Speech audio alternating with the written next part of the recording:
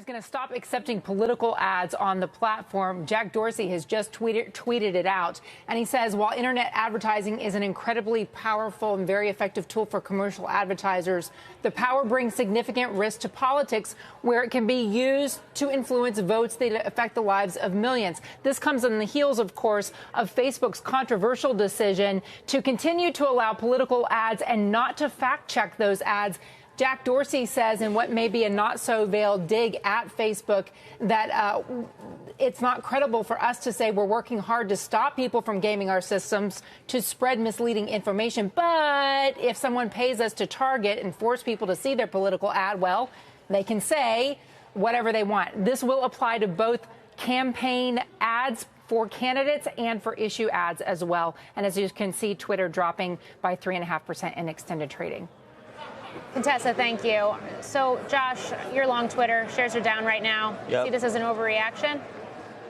It might not be, because there might be a material impact to how much money people felt Twitter would make between now and the election, even during primary season. So it might not be an overreaction. But you know what?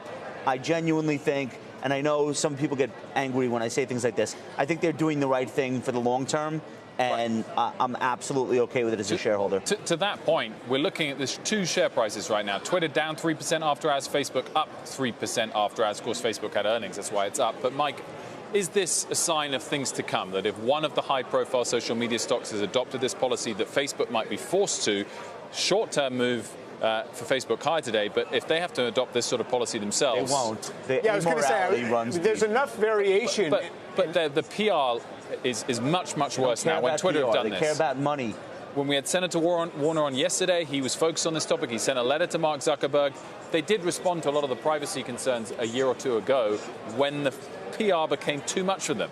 Twitter's taken a big stand on this. Mike, do you think that is something that can hurt Facebook earnings? I don't think it necessarily is going to bleed directly over. I think Facebook is going to continue with this stance of give us standards, tell us what the rules are. If you want to change the rules, do so, but don't make us the arbiter. And all these platforms have different standards for abuse, for how you interact, whether you're anonymous or not. I don't think one doing it means they all do it. It's going to be interesting to see what happens when elected officials and candidates start tweeting out their advertisements as well on their own pages. I just wonder if this starts to get into a gray area eventually.